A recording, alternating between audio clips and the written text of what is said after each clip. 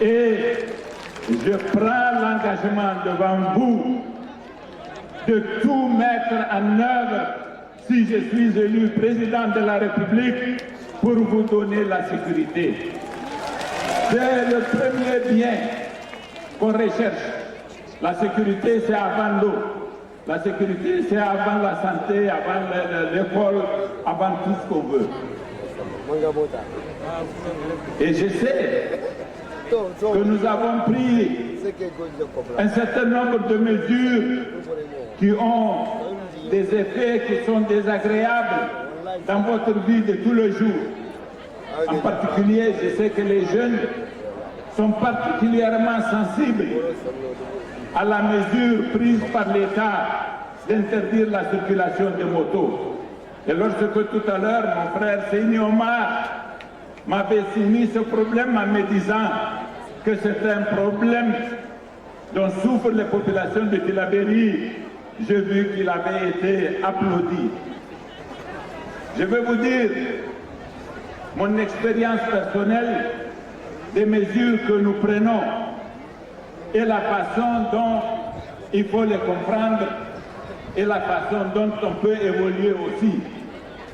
Lorsque le président Issoufou Mahamadou m'avait fait l'honneur de me nommer à la tête du ministère de l'Intérieur,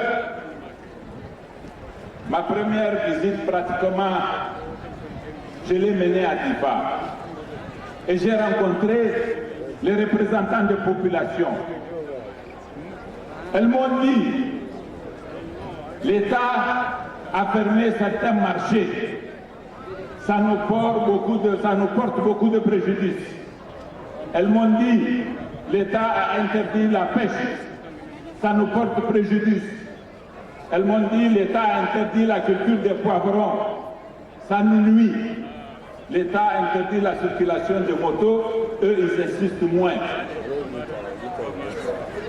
Quand j'ai étudié cette question, je suis revenu la soumettre au Conseil national de sécurité présidé par le chef de l'État en présence de tous les responsables de forces de défense et de sécurité. J'ai dit à la réunion que fermer des marchés quand le commerce n'est pas interdit, qu'il y a des boutiques, qu'il y a toutes sortes d'activités commerciales, ça ne me paraît pas avoir trop de sens. Et nous avons réfléchi, nous avons levé cette mesure. En tout cas, pour la plupart des marchés. Aujourd'hui, tous les marchés fonctionnent normalement à Difa. Après, je suis retourné. Les populations ont dit, vous savez, la pêche, si au Niger on l'interdit, au Nigeria, au Cameroun et au Tchad, on ne l'interdit pas. Ce sont nos populations à nous qui sont pénalisées, mais le commerce du poisson, il s'est fait, même si Boko Haram en profite. Donc Boko Haram en profite sur les trois États. Est-ce qu'il y a un sens qu'on les prive, qu'on prive nos populations à nous de cette activité? Là également, nous avons réfléchi et nous avons levé la mesure. Les populations m'ont dit que ça n'a pas de sens qu'on empêche la culture du poivron parce qu'on ne veut pas qu'on utilise les engrais, vu que les composantes de l'engrais sont utilisées pour faire les bombes. Mais ils continuent à faire les bombes et nous, entre-temps, nous avons privé les populations de la culture du poivron. Nous avons réfléchi et nous avons levé cette mesure. Vous voyez, quand on prend des mesures, on en attend des résultats. Si les résultats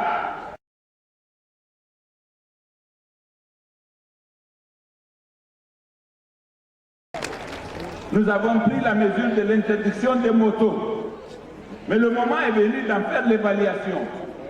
Moi, comme ancien ministre de l'Intérieur, je constate que, bien que nous ayons interdit la circulation des motos, surtout dans les grandes villes, dans les centres urbains, les terroristes, eux, continuent à utiliser les motos pour faire leurs dégâts sur les populations. Qu'est-ce que j'en déduis? J'en déduis que cette mesure, si elle a des avantages, ils ne sont pas très nombreux. Mais si elle en a des inconvénients, mais elle a des inconvénients bien réels.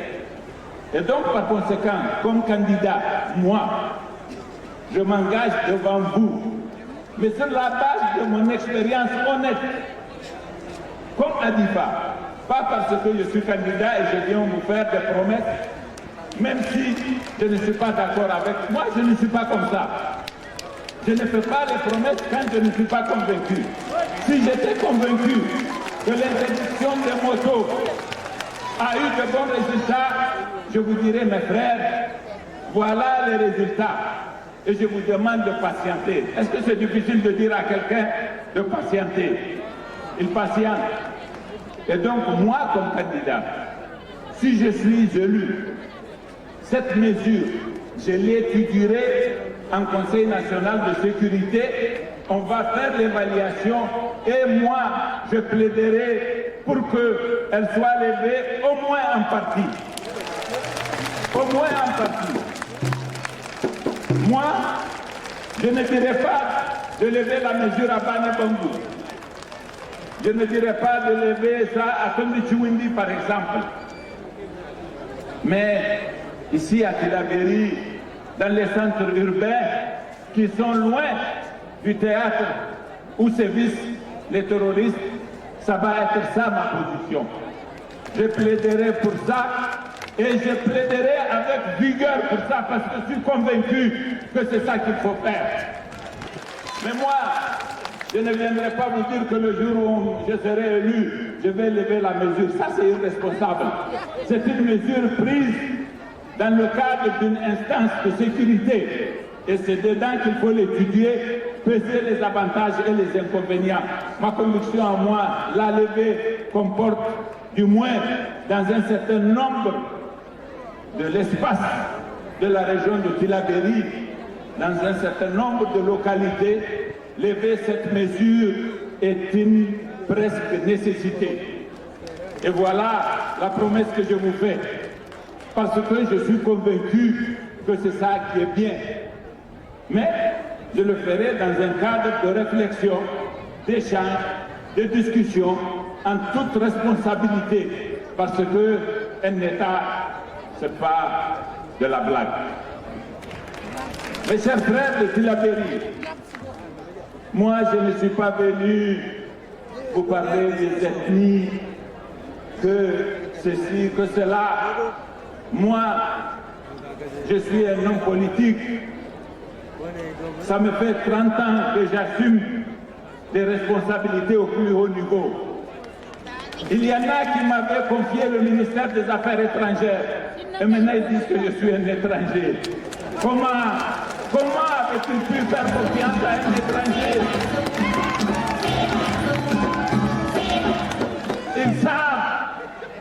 Ils savent que le jour où ils m'ont mis, s'il s'agit de défendre les intérêts du Niger, j'étais le mieux placé de tous. C'est ce qu'il m'avait dit. C'est ce qu'il m'avait dit. Ah bon, c'est un bon étranger celui-ci. Il a un autre pays, mais il défend les intérêts d'un pays qui n'est pas le sien. Wallahi, wallahi, personne, je n'ai de complexe vis-à-vis de personne. Personne n'aime le Niger plus que moi. Wallahi Allah.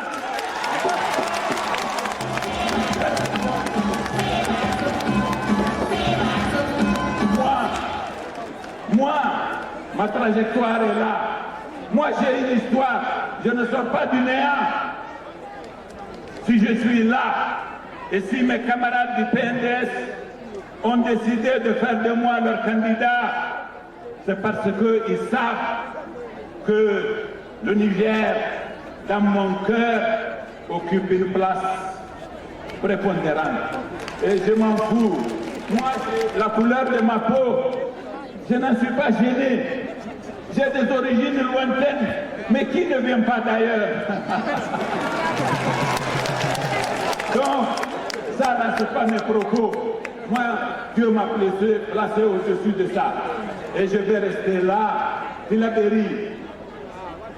Moi, je suis venu vous dire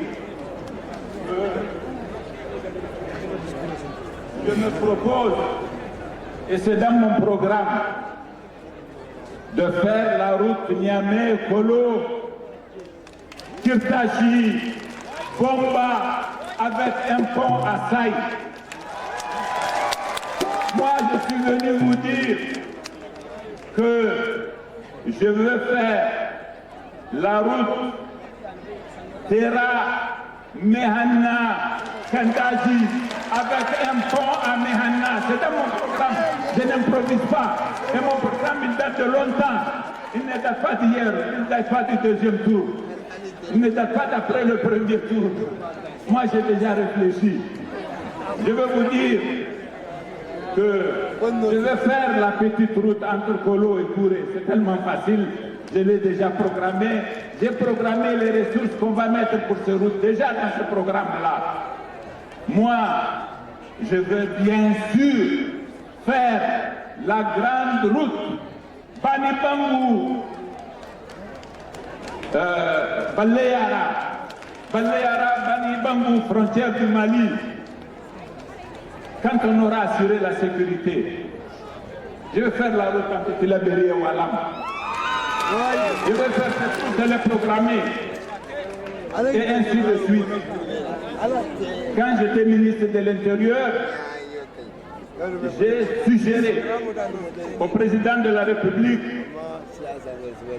qu'au lieu que nous fassions comme le Burkina ou le Mali qui ont eu leur expérience de milice ou de Kologo, nous, à Difa, comme à Tawa, ainsi qu'à Tilaberi, pour revenir sur les questions de sécurité, nous recrutions 500 jeunes des régions elles-mêmes. Nous les avons recrutés à Difa, nous les avons recrutés à Tawa et à Tilaberi, vous le savez. Nous les avons formés.